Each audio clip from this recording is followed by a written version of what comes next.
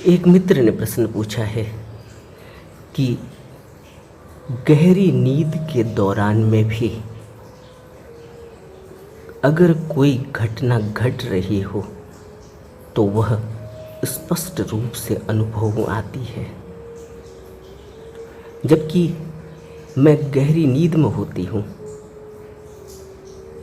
और वह घटना घटने से पहले, घटने के दौरान में, गहरी नींद में भी मेरे को उसका आभास है। क्या यह अचरज है? क्या यह होता है? क्या यह एक कोरी कल्पना तो नहीं? क्या यह सच है? और क्या यह मेरे ध्यान साधना का परिणाम है? यह जो प्रश्न है, यह प्रश्न पूरी तरह से अभ्यास पर निर्भर करता है। जो व्यक्ति अभ्यास करता है उसको यह अनुभव में आता है, और जो व्यक्ति अभ्यास नहीं करता उसके लिए यह कोरी कल्पनाएं हैं। अगर कोई व्यक्ति अभ्यास करता है, अभ्यास करते करते वह अपने कॉन्शियसनेस को, अपने कॉन्शियस माइंड को इतना जागरूक कर लेता है कि सब कॉन्शियस माइंड में जो कुछ भी चल रहा है वह उसको स्पष्ट रूप से अनुभव करता है। उसका आभास उसको पहले ही हो जाता है।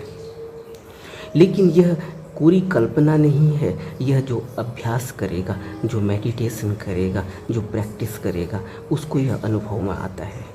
यह ऐसा ही है जैसे हम किसी चीज़ को बार बार रिपीट करें तो वह रेपिटेशन हमारे अंदर, हमारे सबकॉन्शियस में चला जाता है।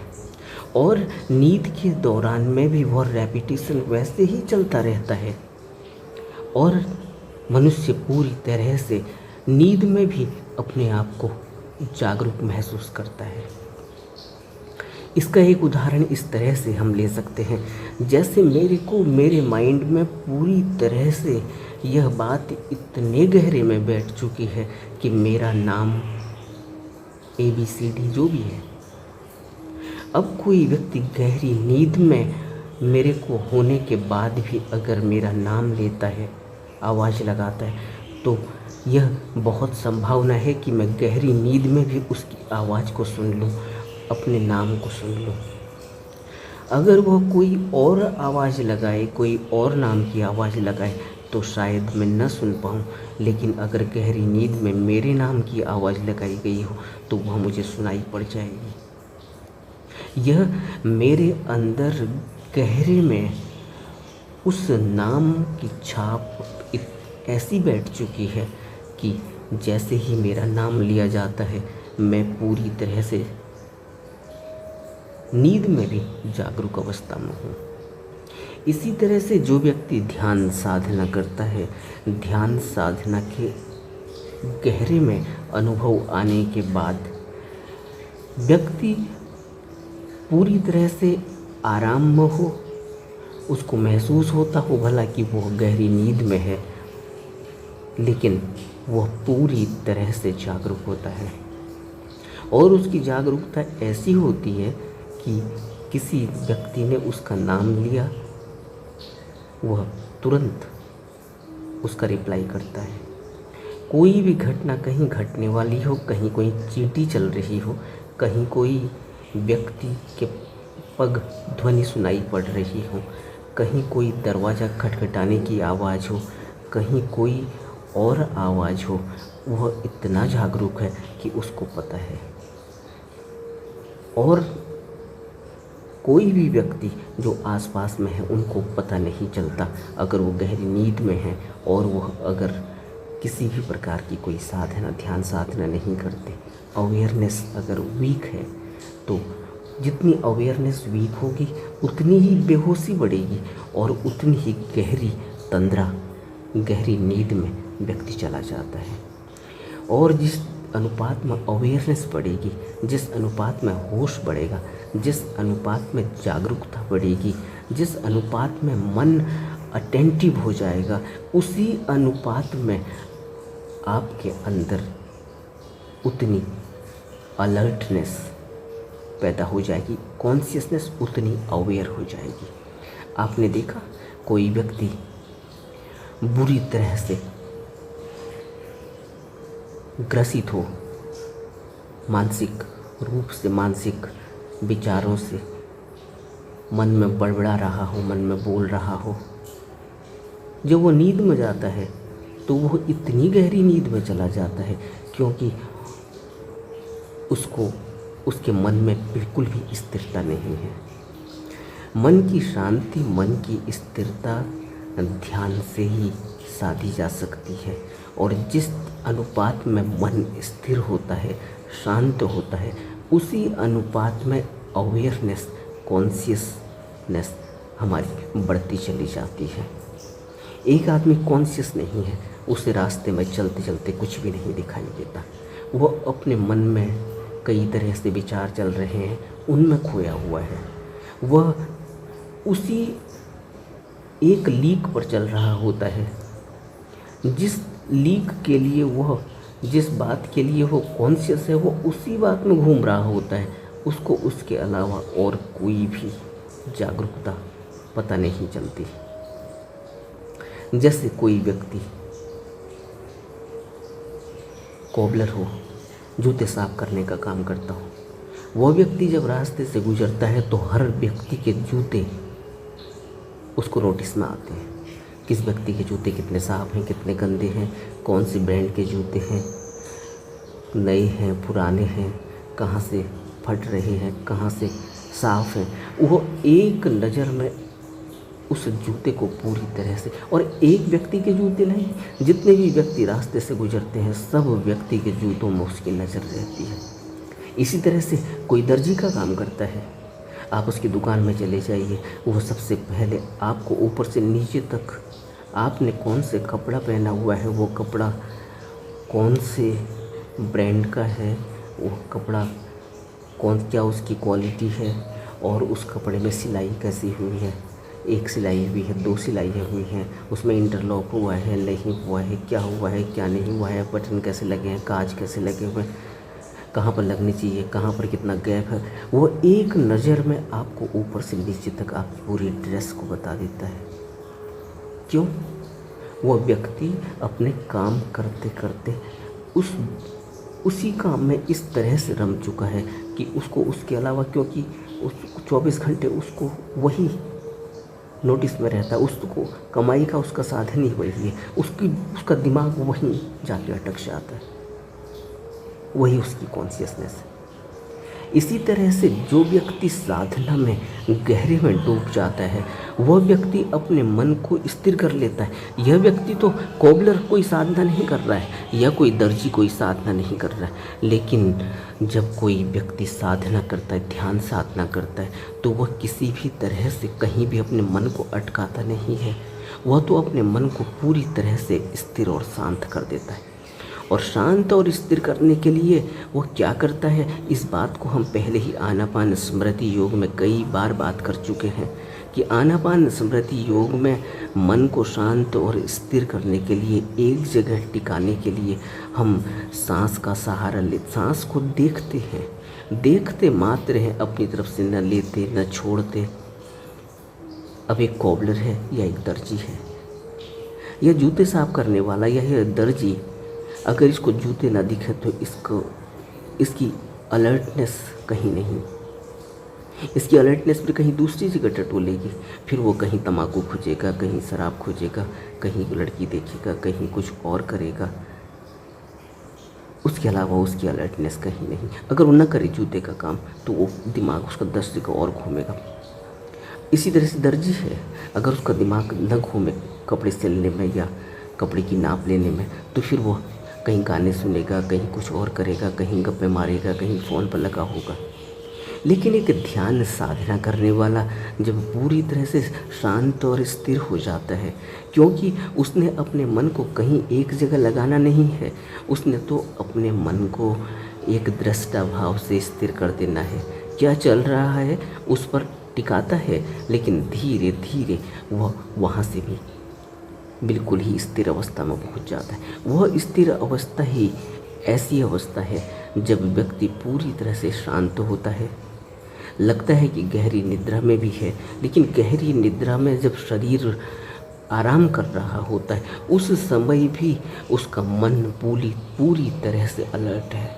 और यह मन इतना अलर्ट है कि कहीं कोई खट हुई, कहीं कोई पत्ता गिरा, कहीं कोई व्यक्ति ने दरवाज़ा खटखटाया, या कहीं कोई पास पड़ोस में कोई गाड़ी आई, उस व्यक्ति को दूर से पता चल जाता है कि क्या घट रहा है। और यह जो पता चल रहा है, ऐसा नहीं है कि वो कहीं वहाँ अपना दिमाग लगा रहा है, दौड़ा रहा है तो तब उसे पता चल रहा है। वो स्वतः ही हो रहा है, अपने से हो रहा है। वो इतना जागरूक है कि कहीं कोई चिड़िया बोली, वो चिड़िया बोलते ही उसके नोटिस में आ गया कि कहीं कोई चिड़िया बोली। ऐसा नहीं कि वो कोई चिड़िया बोलेगी तो उसको सुनने के लिए पहले से कहीं कान लगा कर तैयार बैठा हुआ है। चिड़िया बोली, उसने सुना। वो इतना अवेयर है कि उसकी अवेयरनेस 2400 घंटे बनी हुई होती है। और यह 2400 घंटे बनी हुई अवेयरनेस कोई जूते साफ करने वाले की अवेयरनेस या किसी दर्जी की अवेयरनेस नहीं है कि वो किसी पर्टिकुलर समय में जब वो काम कर रहा होता है तो तभी बनी रहेगी, और अन्यथा वो कहीं और अपने मन को लगाए रखेगा। इसीलिए इसी तरह से जो इन मित्र ने प्रश्न पूछा है कि मैं गहरी निद्रा में रहती हूँ, लेकिन उसके बावजूद भी मुझे यह पता रहता है कि कौन सी घटना घट रही है, कौन सी घटना घटने वाली है। यह आभास मुझे कैसे होता है जबकि मैं तो गहरी निद्रा में हूँ। यह तुम्हारी ध्यान साधना का परिणाम है। जब भी कोई व्यक्ति ध्यान साधना में उतरने लगता है, अभी यह ध्यान साधना इतनी गहरी नहीं हुई हो भला कि रोज़ रोज़ या 2400 घंटे इसी तरह से गहरी निद्रा में हमको पता चलेगा कि क्या कहीं कौन सी चिड़िया कहाँ बोली, या कहाँ किसने दरवाज़ा खटखटाया, कहाँ कोई किस व्यक्ति से बात कर रहा है, या कहीं कोई छिपकली किसी कीट पतंगे को पकड़ रही है और कहीं कोई आवाज़ हो रही है, और सब महसूस हो रहा है कि कहाँ क्या चल रहा है। लेकिन ये ज़रूरी नहीं कि यह 2400 घंटे बना रहेगा। ये कभी कभी जब ध्यान कहीं गहरे में उतरने लगता है तो तब होता है, लेकिन स्थिरता तब आती है जब ध्यान साधना गहरी हो जाती है। जब ध्यान साधना गहरी हो जाती है तो 2400 घंटे एक सी अवस्था है। फिर ऐसा नहीं है कि आप आज नहीं सोए, आपको गहरी नींद नहीं आई तो कोई आप थकावट महसूस करेंगे। ऐसा नहीं है कि कभी आपको गहरी नींद आ गई तो आप भूल गए कि 6 घंटे हो गए या 8 घंटे हो गए या 10 घंटे हो गए।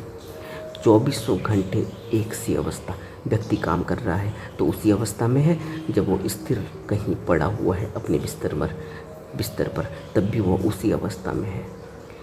मन पूरी तरह से शांत है, शरीर बिस्तर में पड़ा हुआ है, लेकिन होश इतना प्रगाढ़ है कि कहीं कुछ भी हो रहा हो वह सब पता चल रहा होता है। बाहर जो कुछ भी घटना घट रही है उसका पता चल रहा है। इसलिए पता चल रहा है क्योंकि विचारों में संलग्न नहीं है मन। इसलिए पता चल रहा है क्योंकि कोई भी किसी भी तरह की कलेश में लिप्त नहीं है मन। इसलिए पता चल रहा है क्योंकि मन में किसी भी प्रकार की तृष्णा, किसी भी प्रकार का द्वेष, किसी भी प्रकार की कमी, किसी भी प्रकार का दुख या किसी भी प्रकार का सुख नहीं है। मन पूरी तरह जब स्थिर हो जाता है, शांत हो जाता है, तब यह 2400 घंटे हमें महसूस होता है। तब हमें ऐसा नहीं है कि हमें सोने की ज़रूरत है, तब हम बिस्तर में पड़े हुए होते हैं और बिस्तर में पड़े होते ही हमारा शरीर पूरी तरह से शांत हो जाता है, उसकी थकावट दूर होने लगती है। मन पूरी तरह से अवेयर है, स्थिर है, शांत है, बिना विचारों के है। और अगर कोई विचार उठता भी है तो वह विचार हमारे सामने उठ रहा है और हम उसको देख रहे हैं, हम उसका अवलोकन कर रहे हैं, हम उस विचार में से क्या निकल सकता है उसको भी देख रहे हैं, और वह विचार से क्या नतीजा निकलता है हम उसको भी देख रहे होते हैं। इसी तरह से आपने देखा होगा बहुत से ऑथर हैं, बहुत से राइटर हैं, किताबें लिखते हैं, बहुत से वह किताबें लिखते हैं जो पूरी तरह से फिक्सन है, जिनको हम फिक्सन कहते हैं। कुछ वह किताबें लिखते हैं जो नॉन फिक्सन है, जो उनकी ज़िंदगी के अनुभव होते हैं, जो सेल्फ इम्प्रूवमेंट और सेल्फ डेवलपमेंट की किताबें होती हैं। कुछ फिक्शंस हैं जिनमें बनावटी कहानियाँ हैं, उपन्यास हैं। इस तरह के उपन्यास में कितने किरदार होते हैं, कहाँ से कहाँ कहानी चल रही होती है, स्टोरी कहाँ से कहाँ बदल जाती है और किस तरह से वो उसमें एक सस्पेंस बनाते हैं, क्या करते हैं। आपने देखा ये व्यक्ति किस तरह से कहाँ खो गया है और ये विचारों की ऊहा-पोह में, विचारों में इसने पूरी स्टोरी बना दी है और अब यह स्टोरी को लिखेगा और एक किताब बन जाएगी। विचारों ही विचारों को पकड़ के, विचारों ही विचारों की तारमयता को, विचारों ही विचारों को इस तरह से उसने संलग्न कर दिया है, इस तरह से उसने पिरो दिया है, इस तरह से उसने किरदार उसमें सजा दिए हैं, इस तरह से उसने उसको कहाँ सस्पेंस रखना है, कहाँ सस्पेंस को उघाड़ना है, कहाँ पर लाइट मूड रखना है, कहाँ पर सीरियस रखना है, वह सब वह कहानी में बना देता है। और फिर उस कहानी को सब जब वो विचारों में पूरी तरह से बन चुकी होती है, खाका खींच चुका होता है, तब वो उसको लिखना शुरू करता है और लिख देता है। लेकिन यह व्यक्ति ध्यान साधना वाला नहीं है, यह व्यक्ति कोई ज़रूरी नहीं कि यह ध्यान करता होगा। यह विचारों को एक तारतम्यता देना है, यह एक विचारों को पूरी तरह से उसको समग्रता से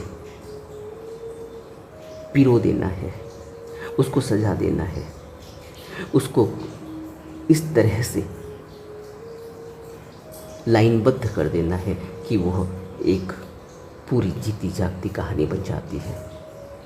इसी तरह से जब विचारों का ऊहा-पोह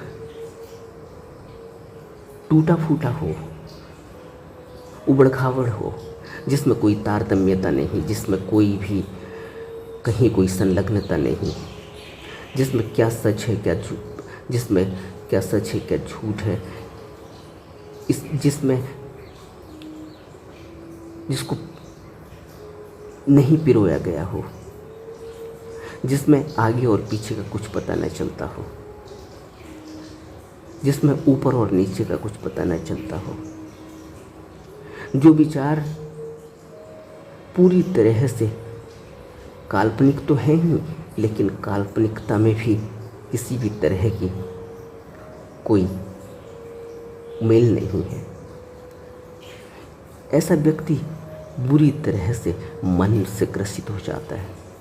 वह अपने विचारों को व्यक्त भी नहीं कर पाता, उनको लिख भी नहीं पाता और विचारों ही विचारों में वो बेहोश होने लगता है। और उसकी बेहोशी इतनी बढ़ जाती है कि आसपास में क्या चल रहा है उसे कुछ पता नहीं, और जब वह नींद में जाता है तो वह इतनी गहरी नींद में चला जाता है तो फिर उसको कुछ पता ही नहीं चलता। वही विचार फिर उसमें सपनों के रूप में उसको इधर से उधर, उधर से उधर ले जाते हैं, लेकिन वह कहीं पहुंचता नहीं, वो बिल्कुल बेहोश है। सबकॉन्शियस माइंड को जानना समझना तभी हो पाता है, सबकॉन्शियस माइंड में हम तभी घुस पाते हैं जब हम अपने कॉन्शियस माइंड को अवेयर और अटेंटिव करते हैं। तब हम उस तन्मयता को देख पाते हैं, उस लाइनबद्धता को देख पाते हैं जो सबकॉन्शियस और कॉन्शियस में मेलजोल रखती है। लेकिन जिस व्यक्ति के अंदर ऊहा-पोह है, जिसका माइंड, कॉन्शियस माइंड, जो जागरूक अवस्था में जो मन काम कर रहा है, वही अगर बेहोश है तो उस व्यक्ति का सबकॉन्शियस भी बेहोश रहता है। उस व्यक्ति को सबकॉन्शियस का कुछ पता नहीं चलता। वो अभी कहेगा कुछ मेरे विचार आ रहे, थोड़ी देर में कहेगा कुछ और आ रहे। उसको यह भी पता नहीं चल पाता कई बार कि जो पीछे सबकॉन्शियस माइंड को में से वो कुछ अपने उस स्टोर हाउस से कुछ डाटा लेना चाहता है, वह भी उसको नहीं मिल पाती। कई बार आपने देखा होगा कि आदमी सामने खड़ा हुआ है लेकिन वह उसका नाम खोज रहा है, पीछे सबकॉन्शियस में क्या था इसका नाम। क्यों हुआ ऐसा? ऐसा इसलिए हुआ कि उसका कॉन्शियस माइंड, उसका अटेंटिव माइंड पूरी तरह से बेहोश हो चुका है। और बेहोश होने के कारण जब उसे सबकॉन्शियस से डाटा लेना होता है, सामने तस्वीर दिख रही है, कोई आदमी दिख रहा है, अब वो आदमी की तस्वीर सबकॉन्शियस से मिलती है और सबकॉन्शियस वहाँ से देता है कि इसका नाम रमेश था। लेकिन कॉन्शियस माइंड उस व्यक्ति को देखकर सबकॉन्शियस में डाटा ही नहीं कोऑर्डिनेट कर पा रहा है, तो वह व्यक्ति को पहचान तो रहा है लेकिन पीछे से उसको रमेश याद नहीं आ रहा। सबकॉन्शियस से रमेश खोजना मुश्किल हो पा रहा है, सबकॉन्शियस से रमेश ढूंढना नहीं हो पा रहा है। बाद में उसको थोड़ी देर में जब उसको थोड़ा सा उसके अंदर ठहराव आता है, होश जगता है, फिर वो कहता है अरे उसका नाम तो रमेश था। जबकि सबकॉन्शियस में उसकी तस्वीर के साथ रमेश लिखा हुआ है, सबकॉन्शियस में वो डाटा रखा हुआ है पीछे स्टोर हाउस में। लेकिन एक तन्मयता नहीं बन पाती। ये तन्मयता इसीलिए नहीं बन पा रही क्योंकि हमारा कॉन्शियस माइंड ध्यान में नहीं है। इसलिए बार बार कहा जा रहा है कि कॉन्शियस माइंड से ध्यान करना होता है। कॉन्शियस माइंड से ध्यान हम कब करते हैं? जब हम आनापान स्मृति करते हैं तो हम कॉन्शियस माइंड से ध्यान कर रहे हैं। हम अपने माइंड को, कॉन्शियस माइंड को पूरी तरह से वो आती जाती सांस में स्थिर कर देते हैं। कॉन्शियस माइंड अलर्ट होने लगता है। कॉन्शियस माइंड अलर्ट होने का मतलब यह है कि कोई भी विचार उस समय कॉन्शियस माइंड में नहीं आ रहा है। कॉन्शियस माइंड में जब विचार नहीं आएगा तो उस विचारों की विचार जो ताकत ले रहे हैं, पावर ले रहे हैं, विचार जो ऊर्जा ले जा रहे हैं, वह सारी ऊर्जा एक जगह स्थिर होने लगती है। और जैसे ही वो ऊर्जा स्थिर होने लगती है तो हमें लगता है कि हमें एनर्जी मिलने लगी। हमें लगता है कि हमारा मन अभी बिल्कुल ही बहुत ज़्यादा पावरफुल होने लगा। हमें लगता है कि अभी हमारे अंदर एनर्जी आने लगी, अभी हमारा माइंड में पीस आने लगी, शांति आने लगी। और उसी मात्रा में हमारा शरीर भी शांत होने लगा है, स्थिर होने लगा है, लाइट होने लगा है, हमें हल्का महसूस हो रहा है, अच्छा लग रहा है। इसलिए ध्यान साधना के फायदे हैं। इसीलिए ध्यान साधना से मन शांत हो जाता है। वह मन कौन सा है? वो कॉन्शियस माइंड है। और जैसे ही कॉन्शियस माइंड शांत हुआ, वह सबकॉन्शियस माइंड को पूरी तरह से उसके साथ उसका तार जुड़ जाता है, तारतम्यता बढ़ने लगती है। तारतम्यता बढ़ती है तो सबकॉन्शियस माइंड में पीछे स्टोर हाउस में जन्मों जन्मों से जो डाटा रखा हुआ है, वो क्या है, वो कहाँ से आ रहा है, उसका क्या मतलब है, वो सब कुछ हमें पता चलने लगने लगता है। क्यों? क्योंकि कॉन्शियस माइंड अब बहुत ही अलर्ट और अवेयर हो गया, बहुत ही ज़्यादा कुशाग्र हो गया। अब वह सबकॉन्शियस को धीरे धीरे अंदर भेदने लगता है, अपने स्टोर हाउस में अंदर जाने लगता है। यही तो कारण है कि बुद्ध किसी भी व्यक्ति के अंदर जाकर उसके जन्मों जन्मों के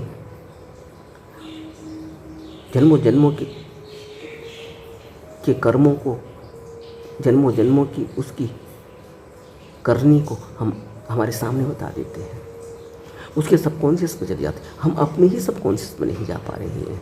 क्यों? क्योंकि हमारा कॉन्शियस माइंड इतनी बुरी तरह से ग्रसित है कि वह पूरी तरह से विक्षिप्तता वाली अवस्था में है।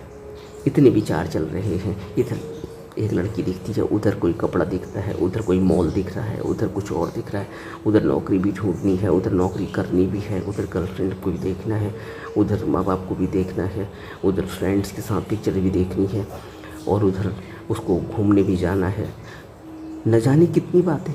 और जब वो इन सभी बातों के अलावा अपने आप को धोखा देने लगता है, जब वो किसी के साथ मिथ्याचरण करने लगता है, अपने ही साथ मिथ्याचरण करने लगता है, सिगरेट पीता है, बीड़ी पीता है, तम्बाकू खाता है और घर में अपने माँ बाप को छिपवाता है, मिथ्याचरण कर रहा है।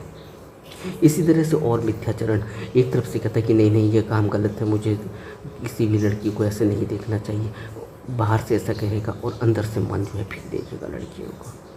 इधर से कहकर नहीं नहीं मैं तो बुद्ध के उपदेशों को सुन रहा हूँ, मैं तो बहुत ही सीरियस, मुझे तो मेडिटेशन करनी है, और उधर पीछे से जो है अंदर ही अंदर उसके अंदर फिर वही मन काम कर रहा होता है, वो अपने आप को ही धोखा देने लगता है और धीरे धीरे उसके अंदर वो ऐसा करने की आदत पड़ जाती है और वो फिर कुछ भी नहीं करता, फिर वो अपने आप को ही धोखा दे रहा होता है।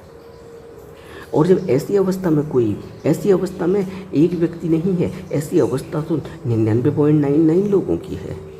कोई ध्यान साधना करने वाला, कोई सीरियस ध्यान साधना करने वाला, कोई बहुत ही सीरियस तरीके से जो अपने इस लक्ष्य के लिए बढ़ा हुआ है, जिसको इसके अलावा कोई भी लक्ष्य नहीं, जिसके पास इसके अलावा कोई और विकल्प नहीं, वह व्यक्ति ध्यान साधना में गहरे में उतरते हुए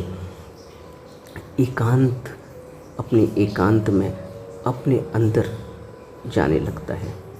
और जैसे जैसे वह अपने सबकॉन्शियस में घुसने लगता है, उसके अंदर अलर्टनेस बढ़ने लगती है और उस अलर्टनेस में ही वह यह महसूस कर पाता है कि वो तो गहरी निद्रा में महसूस कर रहा था अपने को, लेकिन गहरी निद्रा में भी उसे वह सभी घटनाएं बिल्कुल ही सामने प्रतीत होती हुई होती हैं, दिख रही होती हैं, महसूस हो रही होती हैं। बाद में उसे लगता है कि अरे, यह व्यक्ति रात के 2 बजे आया, बगल में पड़ोस में इसने अपना दरवाज़ा खटखटाया, अंदर से कोई व्यक्ति आया, उसने दरवाज़ा खोला, इसने उससे बातचीत करी, जो भी करी वह इसके कानों में पड़ रही है, वह इतनी ज़ोर से की जा रही है कि इसके कानों में पड़ रही है। और यह व्यक्ति कह रहा है मैं तो गहरी निद्रा में था, लेकिन मुझे पता है कि एक व्यक्ति 2 बजे के आसपास आया हुआ है पड़ोस में, और उसने ऐसे दरवाज़ा खटखटाया है, ऐसे कोई अंदर से आया है, अंदर से आकर उसने ऐसे ऐसे बात की है, फिर वो अंदर गया है।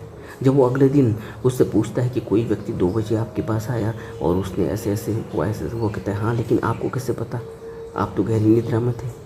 वो कहते हैं हाँ, मैं गहरी निद्रा में तो था, लेकिन मुझे यह सब अंदर पता चल रहा था। इतनी अवेयरनेस, इतना होश जग जाता है।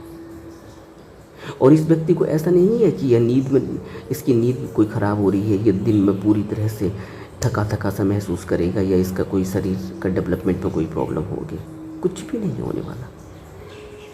इसलिए बुद्ध कहते हैं कि एक साधक को सोने की मात्रा को समझना होगा, एक व्यक्ति को, एक साधक को खाने की मात्रा को समझना होगा, एक व्यक्ति को, एक जो साधक है उसको बोलना भी कम होता है, एक साधक को सोना भी कम होता है और एक साधक को खाना भी कम होता है। खाना, सोना और बोलना, इन तीनों पर गहरी नज़र रखनी होती है। आशा है कि इन मित्र को अपने प्रश्न का उत्तर मिल गया होगा। प्रश्न का उत्तर तो इतना ही है कि जब ध्यान साधना गहरी होगी और कभी मन बिल्कुल स्थिर होगा, शांत होगा, कलह कलेश में नहीं फंसा होगा, तो उस समय ऐसा महसूस होगा कि आज मैं गहरी नींद में हूँ, उसके बावजूद भी मुझे सारी घटनाओं का पता चल रहा है। लेकिन ऐसा ज़रूरी नहीं कि अगले दिन ऐसा होगा। ऐसा तब तक लगातार नहीं होगा जब तक हम ध्यान साधना में गहरे में हमारे अंदर स्थिरता नहीं आएगी, क्योंकि कल को फिर कुछ और हो जाएगा, उस दिन ध्यान साधना में मन नहीं लगेगा, उस दिन ध्यान भटकता रहेगा, परसों कोई और कलेश घर में हो जाएगा, उसके अगले दिन फिर को कुछ और हो जाएगा। तो जैसे जैसे हम बाहर की उलझनों में फंसते चले जाते हैं, उसी अनुपात में हमारी अवेयरनेस कम और ज़्यादा होती रहती है। हालांकि अवेयरनेस कम और ज़्यादा नहीं है, अंदर जो अवेयरनेस है वो तो 2400 घंटे एक ही है। इसीलिए तो बुद्ध कहते हैं सत्य का न जन्म होता और न मरण, और न इसका कोई आरंभ होता और न अंत। इसलिए सत्य का स्वागत करो। सत्य ही चित्त का अविनाशी अंग है, अंश है। और यही सत्य, यह सोता नहीं, यह जागता नहीं, यह तो निरंतर एक ही अवस्था में है, 2400 घंटे एक ही अवस्था में है हमारे अंदर। और हमें लगता है कि हमारा मन सो गया, हमें लगता है कि हमारा शरीर सो गया, हमें लगता है कि हम सो गए, लेकिन अंदर जो सत्य है वो सोता या जागता नहीं, वह तो एक ही अवस्था में है। वह अमृत तत्व का साकार रूप है। मन में सत्य को स्थापित करो, बुद्ध कहते हैं, क्योंकि सत्य ही अमृत तत्व का साकार है। वह अमृत तत्व अंदर निरंतर एक ही अवस्था में है। इसीलिए वह एक ही अवस्था में, जैसे ही हम उस एक अवस्था को टच करते हैं तो हम पूरी तरह से अलर्ट हो जाते हैं, और जैसे ही हम उस एक अवस्था से, उस अमृत तत्व से दूर हो जाते हैं, विचारों में खो जाते हैं, मन हमें हमारे संस्कारों के हिसाब से हमको कहीं और पटक देता है, हम उस अमृत तत्व से दूर हो जाते हैं तो हम बेहोश हो जाते हैं, हम निद्रा में चले जाते हैं और फिर हमें कुछ भी पता नहीं चलता कि जीवन में दुनिया में क्या हो रहा है। जब हम उठते हैं फिर हम कहते हैं अरे क्या हो गया। इसी तरह से ऐसा नहीं कि ये सोए हुए की बेहोशी है, जागे हुए की भी ऐसी ही बेहोशी है। तभी तो कोई आदमी सिगरेट पी लेता है, शराब पी लेता है, कुछ और गलत कृत्य कर लेता है। कैसे कर लेता है? जबकि वो कहता है मैं पूरी तरह से जागा हुआ हूँ। और यहाँ तक कि आपने तो देखा भी होगा कि एक व्यक्ति पब्लिक स्पीकिंग में, पब्लिक स्पीच में, पब्लिक के सामने मीडिया में आकर कोई स्टेटमेंट दे देता है, होश में है, लाखों लोगों के सामने है, मीडिया के सामने है, कुछ भी कह देता है और बाद में फिर जब उस पर बात विवाद होने लगता है तो फिर पछताता है, फिर कहता है कि मेरी स्टेटमेंट मैंने जो भी कहा उसके लिए मैं माफ़ी मांगता हूँ, हालांकि मेरे कहने का मतलब यह नहीं था। अब आप समझ सकते हैं कि व्यक्ति क्या कह रहा है उसको पता ही नहीं चल रहा है और बाद में वो खुद ही माफ़ी मांगता है कि मैंने जो कहा इसमें मेरे कहने में भूल हो गई। यह हमारी अवस्था है, यह हमारी बेहोशी है। जो भी मिलेगा ध्यान साधना से मिलेगा और जो भी इन व्यक्ति को ऐसा महसूस हुआ है, इन मित्र को, वह भी ध्यान साधना से महसूस हुआ है और ध्यान साधना गहरी होने लगेगी और अलर्टनेस बढ़ने लगेगी और अवेयरनेस बढ़ने लगेगी और होश बढ़ने लगेगा और जागरूकता बढ़ने लगेगी और कुशाग्र बुद्धि होने लगेगी, प्रज्ञा खुलने लगेगी, विवेक जगने लगेगा, अज्ञानता मिटने लगेगी, अंधकार मिटने लगेगा। यही तो बुद्ध कह रहे हैं कि अज्ञानता ही है जो संसार में फंसाती है और जिसकी अज्ञानता मिटी वो फिर इस संसार में फंसता नहीं, फिर अपनी बेवकूफ़ी पर हंसता है और दूसरे की बेवकूफ़ी पर भी हंसता है कि यह व्यक्ति कैसे बेवकूफ़ी कर रहा है। लेकिन वह व्यक्ति कहता है मैं तो बहुत समझदार हूँ, मैं सिविल सर्वेंट और मैं बेवकूफ़ी करूँगा। लेकिन उस सिविल सर्वेंट को, उस समझदार को अभी अपनी बेवकूफ़ी दिखाई नहीं देती, लेकिन बुद्ध को उसकी बेवकूफ़ी दिखाई देती है। बुद्ध कहते हैं कि तुम कहाँ फंसे हुए हो, इससे कुछ मिलने वाला नहीं, इसमें तुम अपने जन्म को बर्बाद कर रहे हो, क्योंकि इसका कोई भी लेखा लिखा जाने वाला नहीं, इसको कहीं भी काउंट किया जाने वाला नहीं है। इसलिए धर्माचरण करो, धर्माचरण ही सब कुछ है, धर्माचरण से अच्छा कुछ भी नहीं। लेकिन वो व्यक्ति कहता है धर्माचरण, तुम धर्माचरण की बात करते हो, फिर ये संसार कैसे चलेगा। वो सोचता है कि संसार वह चला रहा है और एक दिन उसे पता भी नहीं चलता कि वो कहाँ चला गया इस संसार से, और जो कुछ भी वो कर रहा था या कर चुका था वो सब कुछ यही रह गया, जो कुछ भी उसने जोड़ा था सब वो यहीं छोड़ गया। और वो कह रहा था कि तुम ऐसे ही धर्माचरण की बात करते हो तो यह फिर इतना कुछ कौन करेगा, ये डेवलपमेंट कैसे होगी, ये विकास कैसे होगा, ये कानून कैसे बनेगा, यह कैसे बनेगा, वह कैसे बनेगा। और उसे पता भी नहीं चला कि वो जिस डेवलपमेंट की बात कर रहा था उसका पता भी नहीं चला कि वो कहाँ चला गया। और वो ये सोच रहा था कि वो 10 साल के बाद यह कर लेगा, 20 साल के बाद यह कर लेगा, 50 साल के बाद यह कर लेगा, यह उसकी प्लानिंग थी। लेकिन उसे यह पता नहीं कि कुदरत की प्लानिंग कुछ और है। इसको बुद्ध कहते हैं कि व्यक्ति अंधा है, अज्ञानता उसके अंदर भरी पड़ी है और यही अविद्या, यही अज्ञानता उसके जन्म मृत्यु का कारण बनती है। इसीलिए उसको बार बार इस भूलोक में जन्म मरण में आकर अपना जीवन बर्बाद करना होता है। हमें बुद्ध के वचनों को गहरे में अपने जीवन में बैठाना चाहिए और निरंतर अभ्यास करते रहना चाहिए। नमो बुद्धाय।